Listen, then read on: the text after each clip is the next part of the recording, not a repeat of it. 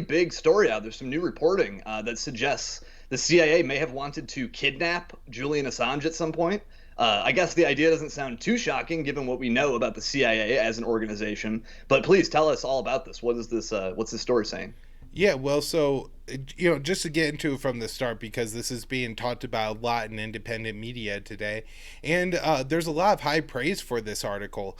It's titled "Kidnapping, Assassination, and London Shootout Inside the CIA's Secret War Plans Against WikiLeaks," and Wow. it's co-authored by Zach Dorfman, Sean Naylor, and Michael Iskoff. A lot of people are referring to this as the Michael Iskoff article, as he is the biggest name on it. But it is worth noting that typically bylines do go in order of contribution, and so he would be of the three the least contributing to this article. Nonetheless, I'm sure he did have a role in crafting and everything like that. But I just wanted to mention that because everybody is just kind of offhand calling it the Iskoff article. And so Right. there's a lot of important things in this article, Will. And of course, we maybe could spend a whole show breaking it down, but I don't actually think that's necessary, because a lot of what's reported in this article are things that have already been reported,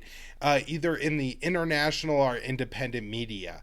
And so, and of course, it coming from these sources within, I think in this article, they cite something 30 different CIA or other senior intelligence officials. And so it's certainly coming from, the most official sources these stories have come from. But nonetheless, it has been reported in the past, like the role of UC Global in spying on Julian Assange. And there Right. have been talks about the potential that they were plotting or talking about assassinating Assange by poison or potentially kidnapping him. Now, that the CIA was at. Some of the things that the CIA was discussing here, I have not heard before. And those are the more sensational details of this story. And these aren't mainstream sources. This is Michael Iskoff likely talking to his CIA insider sources, right? And Right. likely the other reporters at Yahoo doing similar things. And so that, we should be skeptical of some of this. Like, how far did it really go when the CIA was. So I guess I should get into the story in more detail. Apparently, in like late 2016, once the WikiLeaks released the DNC emails. Apparently, Obama kind of let the CIA take their gloves off when it came to WikiLeaks and start to really infiltrate the organization. They discussed that as they started to spy on the different members, they found that there were a lot of personality differences and a lot of people didn't like other people. And so, one of the things that the CIA wanted to do is like essentially subterfuge and like, say like, oh, so and so said that you're a bad person or whatever, and pass that along to just try to destroy the WikiLeaks network. I guess Right. it didn't go very far, or who actually knows? Maybe it did, but at least I'm not aware of like anything to say that this was effective at all. But I did want to point out to any libertarians or really anybody in the independent circle listening, it is something to pay attention to that the CIA will do something like this to try to destroy an organization that it considers a threat. They will basically use internal gossip to make problems within that movement bigger and to amplify a discord. And Yeah. so just something to be aware of. Anyways, one of the things that was discussed in the late Obama administration was relabeling some journalists, and particularly WikiLeaks, and rather as information brokers and not journalists. And well, the reason this is important is not just because this is a crazy amount of newspeak, but because it would essentially circumvent the First Amendment for all these people. And Right. so that's one of the reasons that this is important. Now, I want to point out something in the article. I feel like anything that is bad about Obama on the First Amendment, or Obama being the president that used the maybe espionage at the most. All that is kind of downplayed in the article, and really all the, where it's most sensational, the writing, it's in reflection of like Pompeo and Trump and what we're getting to now. And so they say that after the Trump administration takes over, Mike Pompeo becomes director of the CIA. And at the time, well, me and you were warning about this label of the hostile intelligence agency, right? That Pompeo was talking about and applying. And so apparently what happened is after WikiLeaks dropped the Vault 7, the CIA was so, and Pompeo himself particularly, was so embarrassed that, and there, there's weird things in this article, Will, like it says that Pompeo was so embarrassed by this, he would try not to tell Trump about it, like it wasn't front page news and he wasn't going to find out. And so like there are things in this article that made me skeptical of some of the reporting, something like that. Right. But anyways, it's a report that he was so upset that he did label WikiLeaks a hostile intelligence agency, which allowed the CIA to bypass some, I don't know, it's really hard to call them like restrictions on what the CIA could do, but maybe a little bit government bureaucracy, like having to inform the congressional oversight committees, or at least the Gang of Eight in Congress, on the plan, right. Having to get a finding. This is like an official document from the president to move forward. They would be able to do this. And the problem is that they couldn't tie WikiLeaks to Russia.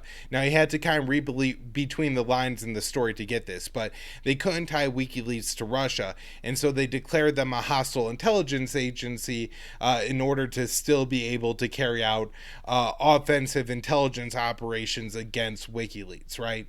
Then some of the things that they considered doing to Assange during this time are kidnapping, where they were hiring somebody to leave the door open and then they would go in and kidnap him. They talked about potentially just assassinating him. I think poisoning was the thing. I don't think they were looking to actually kill him. They talked about the dangers of or the possibility of actually getting into a shootout on the streets of London. And this is because at this time, I'm not sure, Will, this is really confusing to me. If there's actually any evidence to this, if it's maybe just the CIA trying to slander Assange's name right here and to throw out this like made up story, or if maybe it was CIA paranoia. But I don't think there's any reason to believe this is actually true. But according to the reporting here, the CIA believed that Russia was going to take Assange in, and that they were somehow going to smuggle him out of the embassy. Now, okay. One of the reasons that I am very skeptical of this is that in this story it says essentially that they are going to do like they did with Snowden, which we know is not the case at all. That Snowden actually got stranded in Russia intentionally by the Obama administration and has since been admitted by Ben Rhodes in his new book. It is, this is flat fact. You can't deny that this is what they did intentionally by stranding Snowden there. And so that's one reason why it seems like there may be some lies in this story. It's just because that they reprinted this lie that some CIA agent told them. Right. So anyways, as a part of they're thinking that Russia was going to smuggle him out. They were planning to ram the car or have the UK engage in firefights with the Russians, either on the streets of London or, Will, this is where it gets kind of really crazy. They talked about shooting out the wheels of a Russian plane as it was about to take off, a Russian diplomatic plane, or using cars to park on the runway, or helicopters to prevent the plane from taking off. And then so all of that sounds completely absurd. Now, there was one part of this that did sound like something the U.S. would do, which is that they were communicating with other allies in Europe to deny Russia airspace to fly over, which is something that has happened in the past and isn't as laughably absurd as all those other ideas. But yeah, that's a lot of it. There was a quote in here, Will, that I think you'll find interesting, where one of the CIA agents says that at one point in 2017, essentially everybody, a sweet streeper, a cop, a shop owner within 3 blocks of the Ecuadorian embassy was somehow a informant or an agent of an intelligence intelligence agency, whether it was the U.S., Russia, Ecuador, or something else. I guess I believe that. Yeah. So yeah, so I think that about like kind of covers the highlights of this story, Will. And again, I'm not telling people that all this is true, even though it kind of sounds like to all of us a real indictment of the intelligence community if they were planning to do that. I mean, this is, a journalist who is a citizen of Australia in a third nation's embassy on UK soil, and they're talking about assassinating him. I mean, this is more serious by orders of magnitude than what the U.S. alleges that the Russians did without proof to Sergei Skripal in the UK, right? Yeah. This is a citizen of an allied country. And there's like imagine if we found documents in Russian like like laying out plans for how they were gonna take out Alexei Navalny, like how big of a story that would be, like if it were just the vice versa, the right, switch the roles. And one thing that John Kiriakou pointed out that I guess kind of does maybe throw some cold water on how far this planning got is he says that at one point after the war on terror started that they captured a Australian who had converted to Islam and like actually like not out of torture but pledged his loyalty to Osama bin Laden, right? So this isn't like just some guy. This is, somebody who is at least like serious about, violent jihad, right? And he says that the U.S. wasn't able to rendition and extradite him and just torture him. They actually had to send him back to Australia. And so I don't know what that means. Maybe in the 10 years, the CIA has gotten that much more out of control with who they're willing to assassinate, or maybe it means that this story is kind of sensationalized. And that's really what I just wanted to like talk about and really bring up the nuance of, because again, I'm seeing a lot of people in the mainstream, or not, excuse me, in the mainstream, but the independent media really amplify this story and like say, see, this proves a whole bunch of things. And while I will say, well, there is a lot of confirmation of things that have already been reported in the independent media, whether at the Gray Zone or through different Spanish outlets. I forget exactly what the name of the one that's done a lot of the reporting on the UC Global. Yeah, exactly. Thank you. I knew you were going to save me on that, Will. Anyways, with all of that, yeah, that a lot of this has already been reported, maybe minus the most sensational of claims, but that it is reported by Michael Iskoff, that it is said on record, even by unnamed or some alternatively named CIA officials. It does, for me, give me some more confidence that the UC Global stuff is true, and that at least at like higher ranks of the CIA they kicked around these ideas. Well, anything to bring it? I got more to say, but I'll let you jump if you have anything. I do have one point of clarification. So, like you mentioned the Spanish security firm that was hired to do security at the Ecuadorian embassy in London, UC Global, and there had been previous reporting that they had talked about possibly kidnapping and or poisoning Julian Assange. And what Isikoff and others are reporting here, this is distinct from that, right? You're saying the CIA had separate plans? I'm not sure.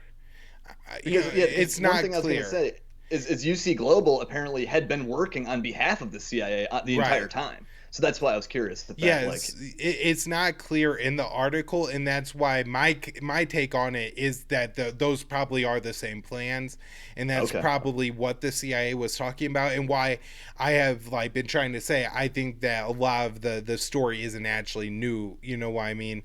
Because we've had this reported in the past, again, by some Spanish or independent media outlets. Now there are some real questions here. One being who knew, and so were members of Congress informed about, as far as assuming that this did get kicked around the CIA. Who knew is important, and what President, Congress, what members of Congress, and then let's see, there was another question that I had. Another important point. Towards the end of this story, they talk about the CIA adopting WikiLeaks-like tactics, and there's like some real misinformation in here. But basically, what the CIA is doing, I guess, is like hacking Russian or Chinese firms and then putting that information out online to be decrypted and then published by other people, right? And Yep. so they're calling this like what WikiLeaks does, although it seems orders of magnitude more nefarious when, you know, this is like being done by the CIA, and it seems to be, you know, to intentionally smear it.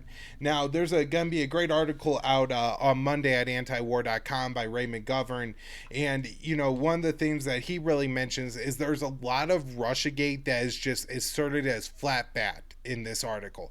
So Yeah. that the DNC emails were hacked, even though we know that CrowdStrike, that the only organization to investigate it, knows it wasn't true. The CIA says, you know, or I get, you know, they just report in here that the DNC emails were hacked, and then like the Snowden in Russia, the WikiLeaks ties to Russia, all of that is definitely in this article, and so Right. it's definitely worth wondering if this is maybe a deep state response to like the Mart Sussman indictment or something like that.